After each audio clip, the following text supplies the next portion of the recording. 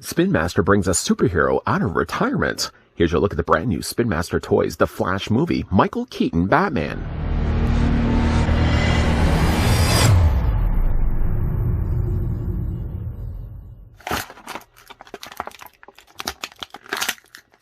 Supervillains don't stand a chance against the Flash action figures. Sprint into action with the Flash 4-inch movie action figure assortment. Each figure features 11 points of articulation and detailed movie styling that brings your favorite Flash figures to life.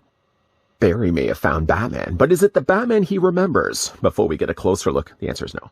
Before we get a closer look at the new 4-inch Michael Keaton Batman figure from the new Flash movie, let me go ahead and thank the folks first over at Spin Master that did provide the sample we're about to have a look at. In the case, though, of Batman, even with ears included, the figure still stands about 4 inches in height, or the figure is going to be about 10 centimeters tall. Speaking of Barry Allen, let's go ahead and slide over Batman for right now. We're going to free up a little bit of space to bring in the Scarlet Speedster. And you know the thing that throws me off a little bit about looking at these figures is if you put them back to back, Flash is taller than Batman. And I thought maybe it'd be the case that even in the movie that they'd be about the same size to one another. They're only really the same size if you include the fact that Batman's points on the tops of his cowl make him about the same height. But if not for that, the figure is actually just a little bit smaller, just a tad bit smaller than the Scarlet Speedster we looked at before. Just turning Batman back around so we can have a look at the accessories that come included with the figure. Unlike the one that we looked at before that actually had silver accessories, Spin Master may have accurately molded these, at least in the proper black plastic. Again, until we actually know what the movie is going to be.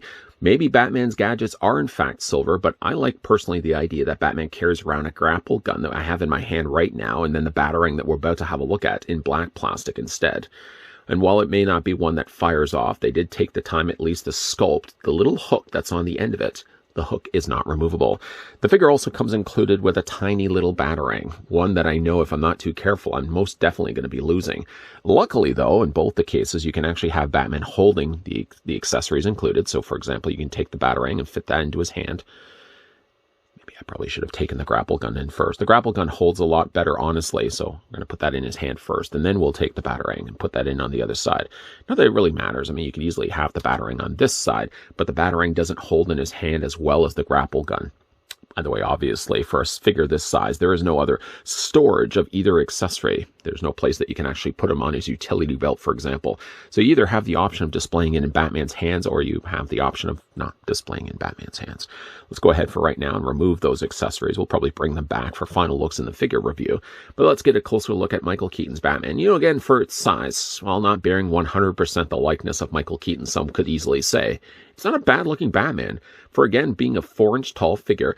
One thing I will say, though, about the figure being a size of this size, I think they've done pretty nice things overall with both the molding and the paint. The only thing I would say as a critique is the fact that his neck seems really long, doesn't it? Like I would have maybe had the head, for example, a little bit shorter than what it is. Other than having a really long-looking neck, I think, again, like it's a good-looking head sculpt. Not, again, 100% bearing the likeness, but still, again, for its size, not a bad-looking Batman. Paint is handled really well here when it comes to not only the pupils, but also the skin color that they use for the lower portion, at least that's open on his cowl. And I like the way that they've also sculpted a headpiece as well. As again, with the little pointed pieces, the little pointed ears on the back of his cowl.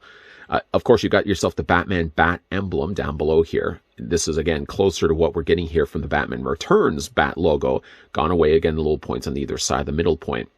Still, though, looking at the new design suit, I can't help but feel like I'm looking at the Batman Begins Christian Bale Batman, especially when it comes to this part of his abdomen area. Again, you're getting no yellow utility belt this time around. All black. Batman apparently did ask the question, does it come in black? Decided to have a black utility belt instead.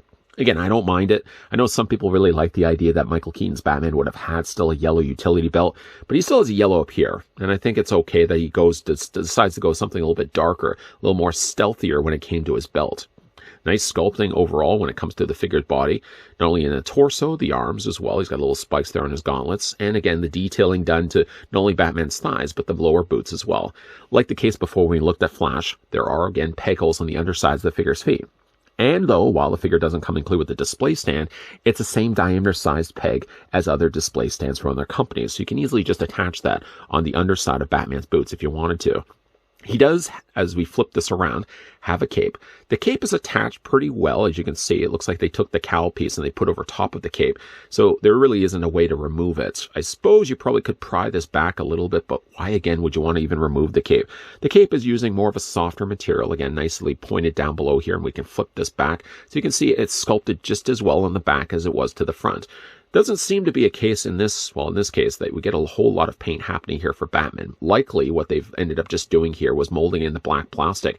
And while it maybe doesn't deliver as much paint as what we got with Flash before, I think they more than made up for it with the detailing and the sculpt that they put to Batman's suit.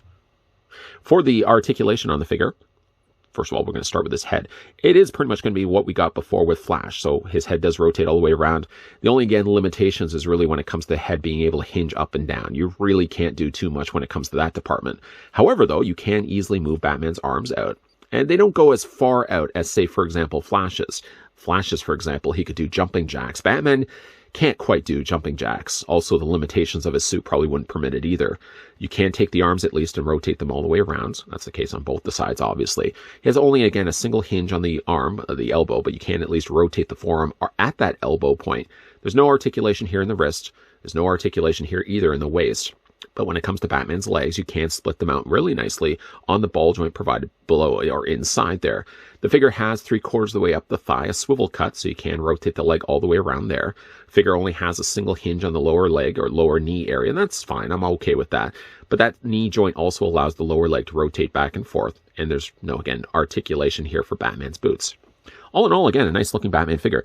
The sell of these figures, by the way, being 4-inch size and all, is the fact that also Spin Master, as they've done before with their movie property figures, have also released vehicles. And I think that's the thing that's got me the most excited. While I'm having a blast so far looking at all the smaller 4-inch figures, the thing I'm most excited for is when we start to delve into the accessories, the vehicle end of things.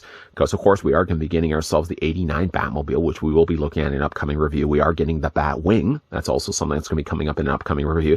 And even Ben Affleck will be making an appearance, along with Batcycle as well. Now, the 1989 Batmobile that Spin Master will also be producing and has released for the new upcoming Flash movie does also include the same Michael Keaton Batman figure, at least from what I can see. Of course, we're going to get more into that when we get to the review of the Batmobile.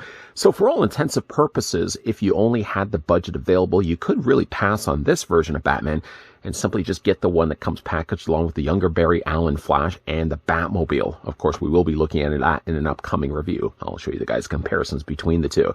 The only thing, of course, that benefits this Batman is the fact that this one seems to come include still with the grapple gun and the Batarang. Whether that other Batman will come include with those very same accessories, time will only tell. I do like the detailing done again to this Batman figure, not having a whole lot of paint happening here, only just in the eyes, only in the mouth, and again, the bat emblem on the front of his chest is really the majority, if not all of it, all the paint that was applied to the figure, and I'm fine for that. If you don't have to paint a figure and you can get the accomplished goal by simply just molding in that color of plastic, why not just do that? Use the budget then to paint another figure better, if it means that you can just mold Batman here in all black plastic. The end result is a nice looking figure, small in size, that works quite well with then the vehicle assortment we will be looking at in upcoming reviews. Overall, again, very happy with how this Batman turned out for its size. What do you guys think of this Batman? And let me know down below in the comments section, could you see yourselves getting on board and collecting the brand new Spin Master Flash movie figures? Definitely going to be a lot more coming your way. Again, thanks to the folks over at Spin Master that did provide samples. If you guys enjoyed this video, want to hit it with a like. If you guys are loving the content you guys are seeing and on board to see the rest of the Flash movie figure line, then make sure you hit that subscribe button down below and that you're also turning on the bell notification. Still going to be a lot more videos coming away, so as always, thanks for watching. See you guys next time.